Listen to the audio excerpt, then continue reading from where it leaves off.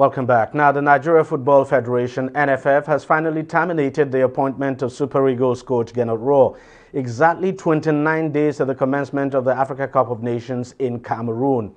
In the statement announcing Rohr's sack, the NFF named its technical director, Austin Eguavon, as the interim manager of the Super Eagles with other 5 personnel as his assistants, while a new role was created for ex-internationals like Austin J.J. Okocha, Kan Wankwo and Garba Lawal to act as technical assistants and ambassadors. Now, I wouldn't know what that means, but Rohr, who has been in charge of the 3-time African champions for the past 64 months, is Nigeria's longest-serving manager. He came under heavy criticism after unconvincing performances of the team during the Africa Cup of Nations and World Cup qualifiers. Now, what does this change of guard portend for what could be Nigeria's most important tournament in a long time, as a new golden generation of players have emerged? Joining me on the program right now to discuss this further is Kunle Sholaja, who is the editor-in-chief, Sports Village Square, and I also have Eniton Obadina, who is a sports journalist. Gentlemen, thank you very much for coming on the program. Let me start with you, Kunle Sholaja. I know this is not the first time we'll be doing this, but is it a good idea to sack a coach on the eve of a major tournament like the Afcon? Well, it may not be a good scenario to sack just few weeks, or let me even say few days, to a major tournament like the Africa Cup of Nations. We did the same thing going to the World Cup 2010, and the result was very clear. We didn't move past the first round. But be that as it may, I think Gernot Rohr had overstayed his welcome in Nigeria, considering the fact that he has little or no more idea or input into the national team. He ought to have been shown the exit way at the end of his first time, which was shortly after the World Cup 2018. And you know, the renewal of his contract dragged for so long before it was renewed. If he had performed really very well, there would not have been any issue raised when his first contract lapsed. So, and they were expecting an improved contribution from him, but that never happened. We played 3 World Cup matches at home. We were able to win 1. It's not a good record for a country like Nigeria. We played, and even those matches we won were not convincingly won. It was just maybe probably an element of luck. So there was little or no technical input on the part of the coach. Let me come to you, Eniton. You look at the targets given to Rohr. I mean, essentially, you would say he has met all of them. I mean, he was given a target of qualifying Nigeria for the Afcon. He's qualified Nigeria for the Afcon. Of course, given also a target to qualify Nigeria for the World Cup. We're very close to it. There's every chance that we'll make it. So does it make any sense that we're sacking him at this time? I think I agree with Mr. Kunle Sholaja earlier. It's a good decision, but the timing is very, very wrong because, of course, we are days to the Nations Cup, and we have to consider the mental state of the team and the boys.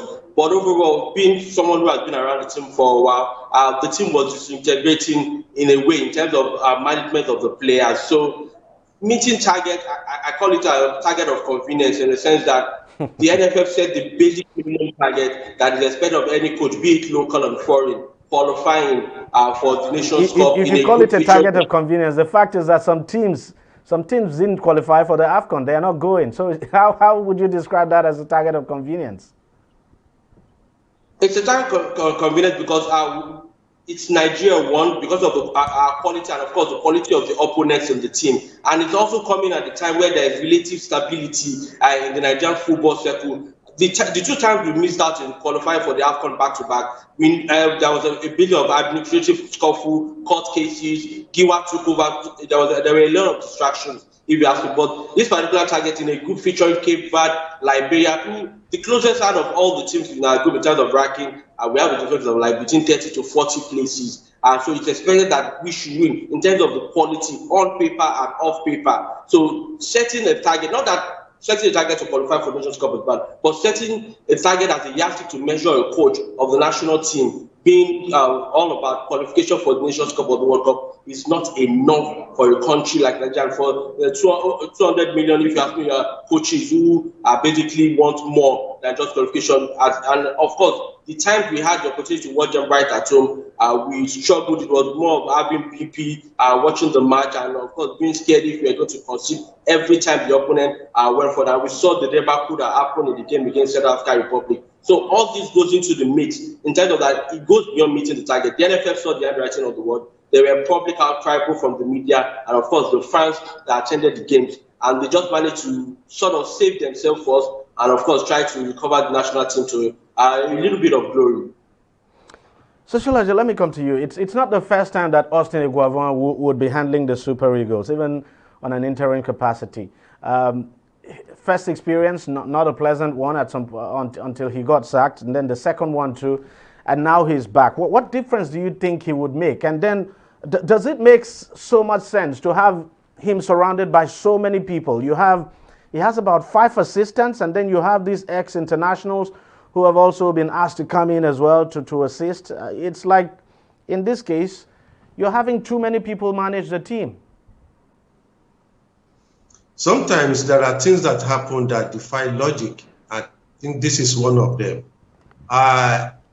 In the first instance, the NFF is crying that they don't have funds to execute some of their projects and to even pay the coaches. The coach that has just been sacked is being owed backlog of salaries, and by the contract, and I don't know the logic behind that contract, by the contract signed with Gernot Rohr, they are going to pay him all his salary up to December 2022. Why they opted for that, I really don't know. So when you are complaining of not having enough money and you are still owing the person you have sacked, you now have too many cooks around the board.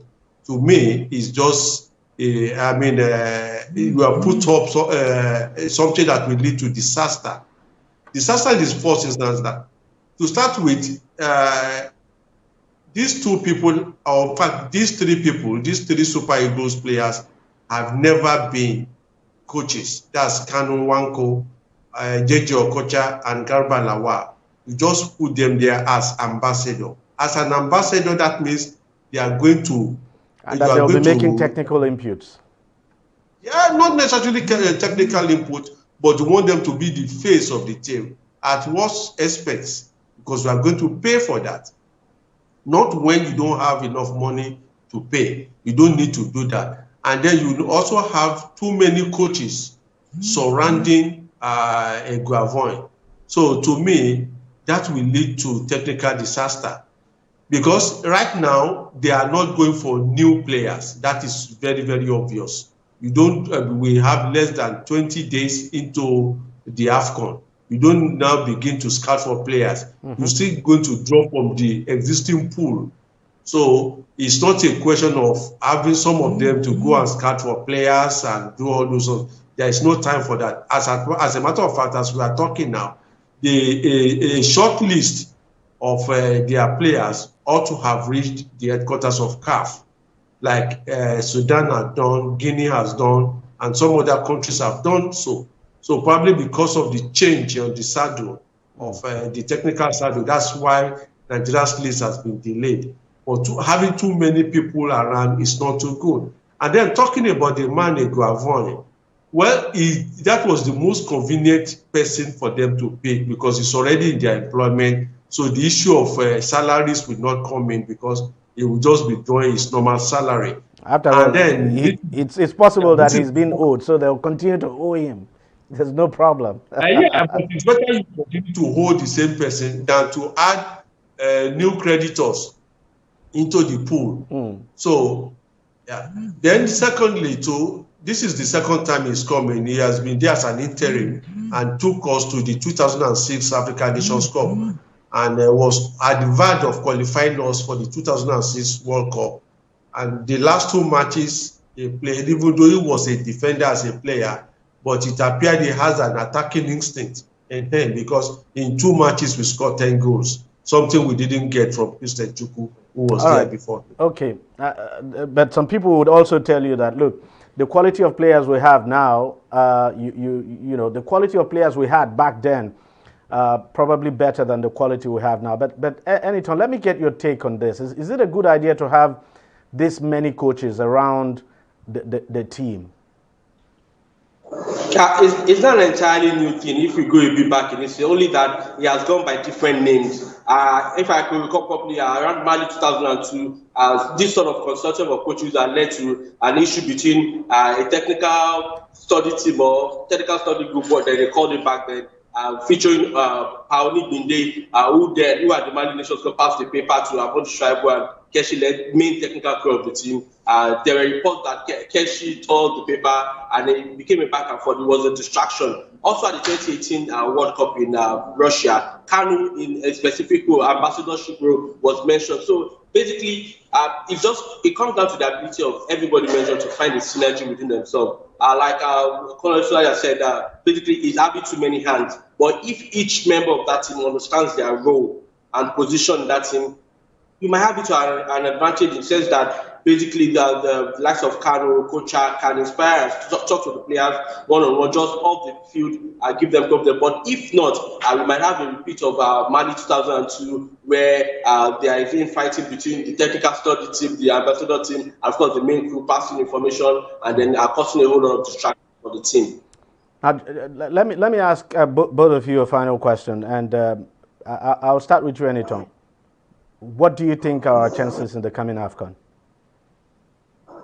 I think NFF, if I'm into the NFF, they are having very low expectation when it comes to this Afcon. That's why they could take this very difficult decision to sack the coach a week to the Afcon, because you need better preparation than this, and a coach that has known the team for long. So the expectations are very low. We might just probably make it out of the group stage, and anything can happen afterwards.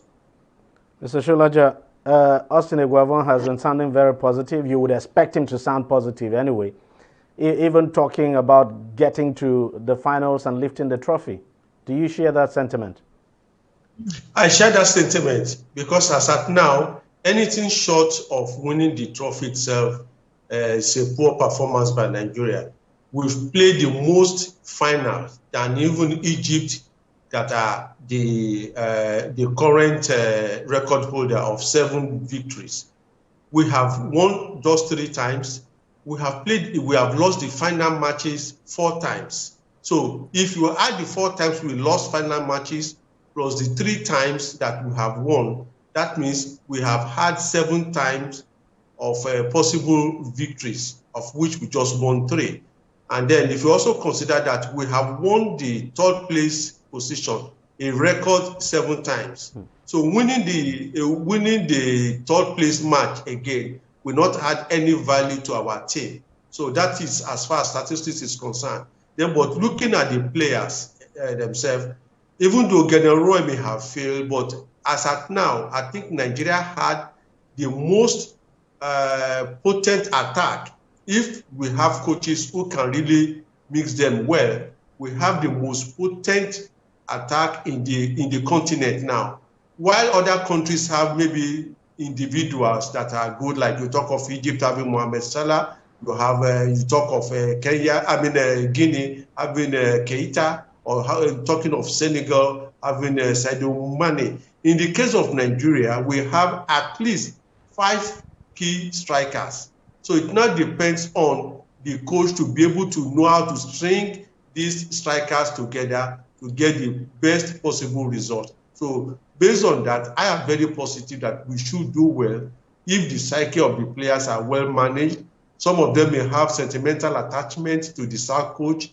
We need to really talk into them that, look, life goes on. Somebody has fallen behind. You have to go on with your own career, because this Afcon may be the one that will really shape your career, even get you better contract from other clubs than the ones who are playing in. All right, gentlemen, thank you very much for coming on the program. Let's just hope our records, or those statistics that Kule Sholaja talked about there, will take us far in the tournament and possibly get us the trophy. We'll wait and see what happens. Thank you very much for coming on the program. Enito Abadino, thank you very much for your time. And Kule Sholaja, thank you very much for joining us. Well, that's how much we can take on the program this week. We thank you very much for watching. I'll see you again next week. Bye-bye.